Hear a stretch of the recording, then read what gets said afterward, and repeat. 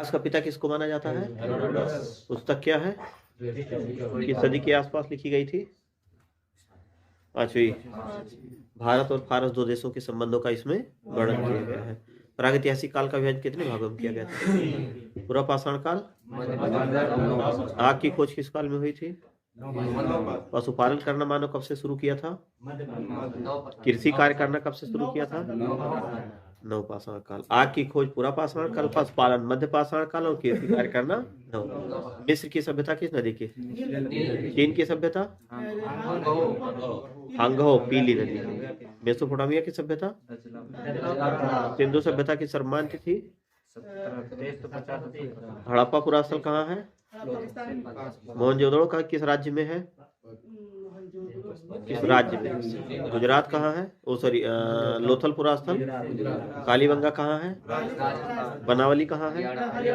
मांडा पूरा स्थल कहाँ है? मांडी पूरा स्थल कहाँ है? दैमाबाद कहाँ है? आलमगीरपुर कहाँ है? सुतका गेंडोर कहाँ है? बलूचिस्तान। सिंधु सभ्यता की सम्मान तिथि क्या है? मिठास के लिए किसका प्रयोग किया था? शहद। इनकी सभ्यता कैसी थी? नगरीय। ईंट के मकान बने होते थे। ईंट का अनुपात क्या था?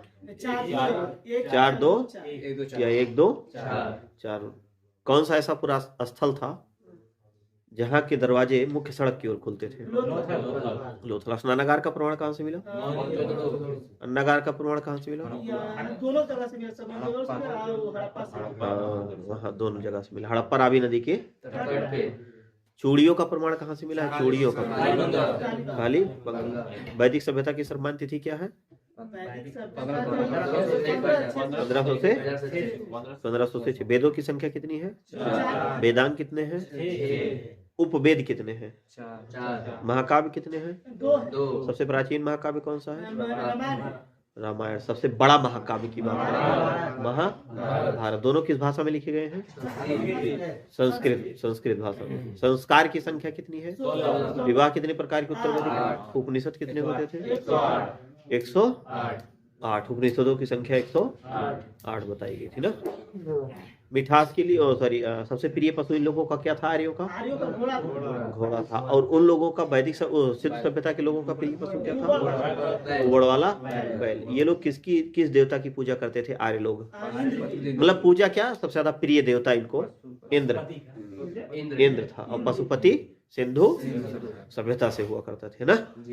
उत्तर वैदिक काल में राजाओं को चारों दिशाओं में अलग अलग नामों से जाना जाने लगा था। उत्तर में विराट, दक्षिण में भोज, पूर्व में सम्राट और पश्चिम में स्वराट। जो चारों दिशाओं को जीत लेता था उसको क्या कहते थे? एकराट या सार्वभौम की उपाधि धारण करने वाला पहला शासक था महापदम नंद। उसके बाद आपका आता है धार्मिक आंदोलन। जैन धर्म और बौद्ध धर्म। जैन धर्म में कुल कितने तीर्थकर थे? 24। अंतिम तीर्थकर कौन थे? पहले तीर्थकर कौन थे? कितनी जैन सभा हुई थी? 2। पहली कहाँ हुई थी? पाटलिपुत्र। दूसरी कहाँ हुई थी? वल्लभी, गुजरात। वह कौन सा मौर्य शासक था जो जैन धर्म अपना के शरणों बेलगोला जाके अपने प्राण को त्याग दिया? चंद्रगुप्त मौर्य। बौद्ध धर्म में नींव रखने का श्रेय किसको जाता है? गौतम बुद्ध को। गृह त्याग की घटना को क्या कहते हैं? महाभिनिष्क्रमण। ज्ञान प्राप्ति की घटना को? पहले उपदेश देने की घटना को? धर्मचक्र प्रवर्तन। मृत्यु की घटना को? सबसे ज्यादा उपदेश इन्होंने कहाँ दिया था? श्रावस्ती में। और वहीं पे सबसे ज्यादा शिष्य भी बनाए थे ना भैया, वहीं पर। पहला उपदेश इन्होंने कहाँ दिया था? सारनाथ में। पिता का नाम क्या था? शुद्धोधन। माता का नाम महामाया। जन्म के 7वें दिन माता महामाया का देहांत हो गया था। यही तो ना। उसके बाद आपका आता है अलवार और नैनार अलवार। शैव धर्म के अनुयायी को क्या कहते थे? अलवार।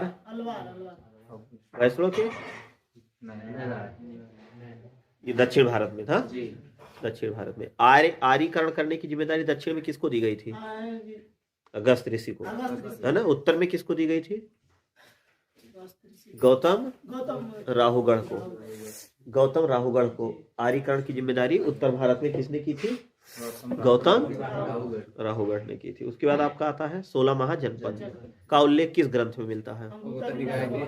बौद्ध ग्रंथ के अंगुत्तर निकाय और जैन ग्रंथ के भगवती, यहीं पर मिलता है उल्लेख इन लोगों। अच्छा अच्छा। उसके बाद जो है आपका आता है 16 महाजनपद में 2 महाजनपद ऐसे हैं जो भारत से बाहर हैं, कंबोज और गांधार। एक ऐसा है जो दक्षिण भारत में है। मध्य प्रदेश में कौन सा है? राजस्थान में कौन सा है?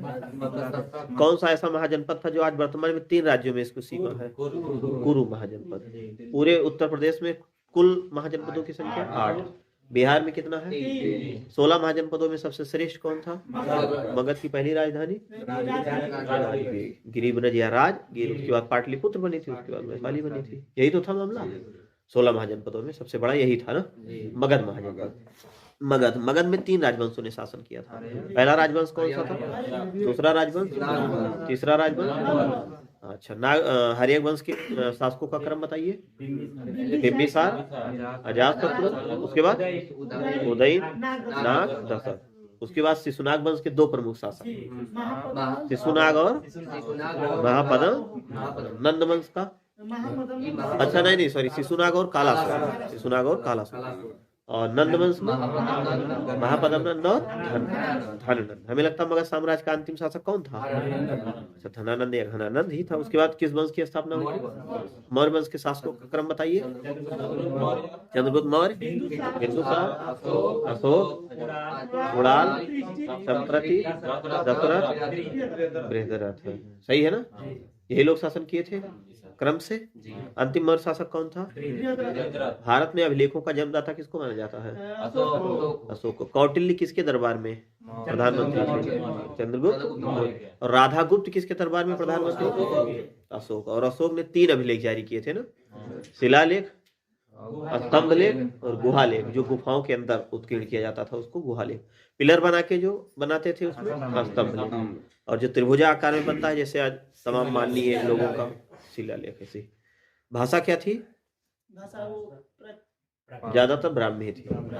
कुछ ऐसे थे जो भारत से बाहर थे, जो खरोष्टी और आग्नेय लिपियों में भी लिखे गए हैं। सरेकुना है जैसे अफगानिस्तान में, द्विभाषी लेख है अशोक का।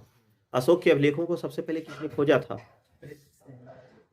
टिफिन थेलर महोदय ने। तो पढ़ा किसने था? जेम्स ग्रेनसेफ ने। सही है। मौर्य वंश के बाद मौर्योत्तर काल आपका आता है। मौर्योत्तर काल, मौर्योत्तर काल में एक विदेशियों का आगमन होता है और एक भारतीय राजवंश आते हैं। तो विदेशियों में सबसे पहले कौन आया था? हेमदेवल के बाद, शक के बाद, पालों के बाद कुषाण आए थे ना। कुषाण का नींव रखने का किसने श्रेय किसको जाता है? कुजूल कण्ठीसेस को। वास्तविक संस्थापक भीमकण्ठीसेस। और अंतिम शासक मतलब महानतम शासक कनिष्क के समय में कोई बौद्ध सभा हुई थी क्या? कौन सी हुई थी? कश्मीर कुंडल कनिष्क के समय में। टोटल कितनी बौद्ध सभा हुई थी? पहली बौद्ध सभा राजगिर। अच्छा, पहली राजगिर में, पाटलिपुत्र में, राजगिर में। उसके बाद पाटलिपुत्र में, उसके बाद वैशाली, और उसके बाद कुंडलवन। तो जो ये प्रमुख राजवंश थे उस टाइम भारत में, कौन कौन से राजवंश थे भारत में? विदेशी जब आए थे मौर्योत्तर काल में तो कुछ राजवंश थे भारत में। कौन कौन थे? उनका क्रम बताइए। शुंग वंश, कण्व वंश, आंध्रसात, वाहन वंश। कण्व वंश का पहला शासक कौन था? कण्व वंश का पहला शासक पुष्यमित्र शुंग। कण्व वंश का अंतिम शासक देवभूति। हाँ। और कण्व वंश का पहला शासक वसुदेव। कण्व वंश का अंतिम शासक सुशर्मन। आंध्रसात वाहन वंश की नींव किसने रखी थी? अंतिम शासक कौन था? यज्ञश्री सातकर्णी। महानतम शासक कौन था? गौतमी पुत्र सातकर्णी। शीर्षक सिक्का किसने जारी किया था? अच्छा, भूमिदान प्रथा कहाँ से शुरू होती है? सातवाहन। इससे बाद गुप्त वंश आता है। गुप्त वंश की नींव किसने रखी थी? श्रीगुप्त के बाद, घटोत्कच के बाद, चंद्रगुप्त प्रथम के बाद, समुद्रगुप्त के बाद, चंद्रगुप्त द्वितीय के बाद, कुमारगुप्त प्रथम। कुमारगुप्त के बाद स्कंद। स्कंद गुप्त के समय में हूणों का आक्रमण। हूणों का नेता कौन था? कुशनवाज ना। महाराज अधिराज की उपाधि धारण करने वाला पहला गुप्त शासक कौन था?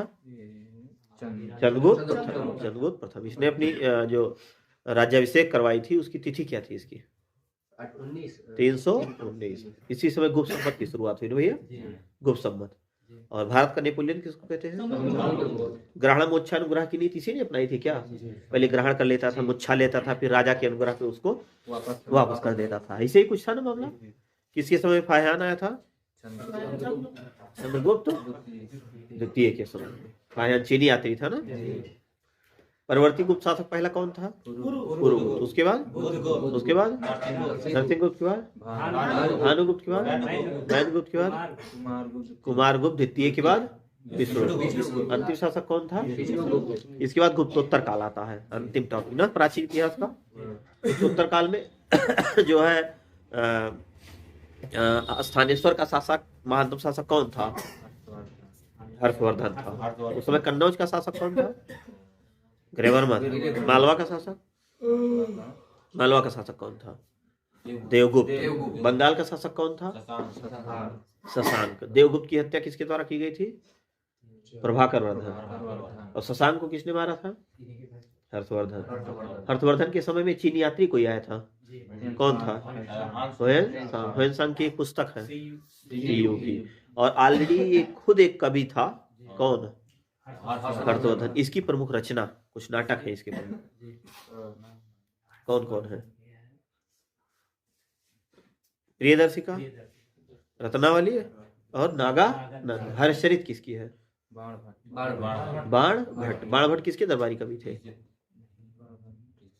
इसी तो थे हर्षवर्धन के समय ना। ये प्रयाग प्रशस्ति किसकी रचना है? बाण भट्ट की, नहीं सॉरी हरिसेन की। प्रयाग प्रशस्ति हरिसेन की। हरिसेन किसके दरबारी कवि थे? चंद्रगुप्त द्वितीय के। इसके बाद इस समय राजपूत का उत्पत्ति हुआ। अरावली पर्वत श्रेणी से माना जाता है। चाचा पापा, चा से चौहान, चा से चालुक्य, पा से प्रतिहार और पा से पाल, है ना।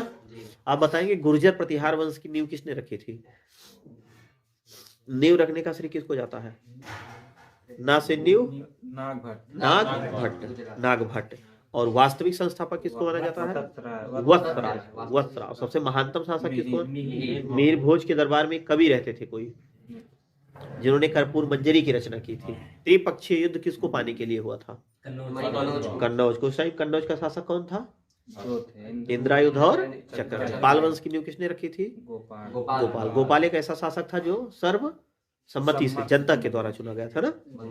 और त्रिपक्षीय संघर्ष में कौन कौन लोग शामिल थे? त्रिपक्षीय संघर्ष में कौन कौन लोग शामिल थे? प्रतिहार, पाल और राजपूत। उकसाया किसने था? जीता किसने था? प्रतिहार। बहुत बढ़िया। इसके समापन के बाद फिर चौहान वंश थोड़ा सा वर्चस्व में आ गया था। और चौहान वंश की अगर हम लोग बात करें तो